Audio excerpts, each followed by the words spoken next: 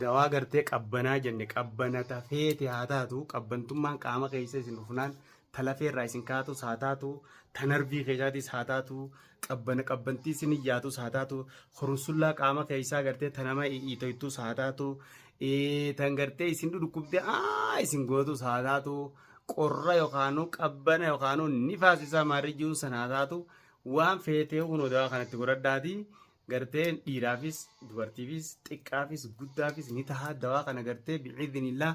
izni rabbiitiin 100% qorra kan qaama namaa keessaa balleessa kanumatti hin shukkuumne akkanumatti hin shukkuumne inni kun dawaadha mujarrabaata ani fi kiyyaan qoradheeti kaniin argadheetti nama wallaanu jiru waan safaataa takkatti ilaalinaati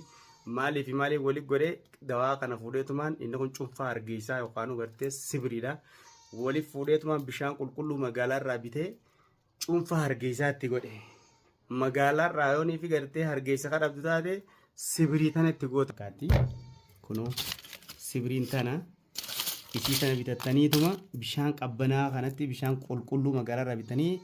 walitti maqtanii akkasii walitti dhooytan eenyu wajjin soogiddaa wajjin eenyuuf godhuuf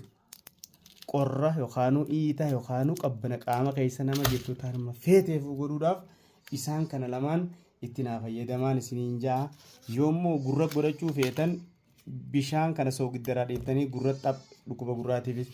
yoommoo ija godhachuu feetan soogiddaraa dhiiftanii isuma kana bichaa xaph gurra godhatan wanni kun baay'ee takka dawaadha dawaan kun gaasa kan gartee qoradhee argadhee alhamdulillaahi nutis warri dhaloonni amma dawaalee adda addaa kana qorannee yaallee zeeniif harkannuu wanni kun sadaqaa jaariyaadha nuuf gaafa duunillee nu sawaabaa sheer godhaati laayik naafis godhaa amma sabiskiraayib naa godhaa hadaraa ammaan tanaa yuutuubii gubbatti ol ba'e hin guddanne xiqqaadha amma dura gaa'e dawaa adda addaa ka mujarrabaataa ka qabatama waan inni fi kiyyaatiin dalagin takka asirratti isinii gadi lakkisu maaliif jennaan waan kana sadaqaa jaariyaa hadhaaf abbaa kiyyaa ka du'an ka qabrii keessa jiran isaaniif niyyadheetiin dalagu jira maallaqatti nyaachittu hin jiru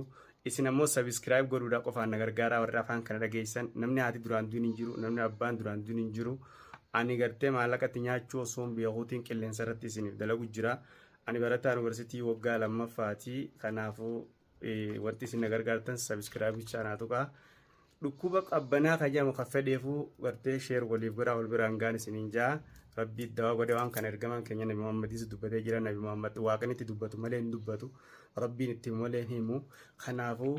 soogiddaa jingizeenii fi walitti gootanii qaama keessan dibattan akka gaariitti qabbana waan jamu qaama keessaa balleessa guyyaa tokko qofatti miti gaa arraas baruus ma dibattan kanama keessa maas rifeensa akka ajaa'ibaa magarsa dubartoonni isin jalaan fixin hoggaa dawaa kana godhattan wallaahi rifeensa inni soogiddii rifeensa ciccirettanii rifeensi isaa warra magarsa kana malee maal waaseet akka shuruuf koina qaama keessanis godha jechuudha inni kun waan ajaa'ibaati wallaahi laziim akkasitti waan kana gartee sheer godhaati wal biraan gaati anammoo hadaraa isin gaafadhe dhageeffattee bira kutiyyaa qaafaan kana beektu sabiskiraayib naa tokko sillee calleessin histii nattiin godhin ani haa guddadhu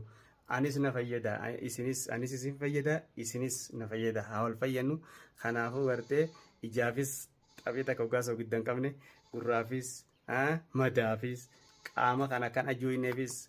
yoo tarraa takka qaama dhiqattee isa dibatte inni mana jeetu siin jaara mata guutuu deemtanii waan ajaa'ibaati qoradheetiin argadde gaawwan kana kanaafuu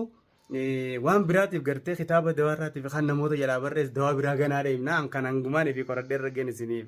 gumaachee wassalaamu alaikum warahmatullaahi wabarakaatuh sabiskiraayib laayik sheer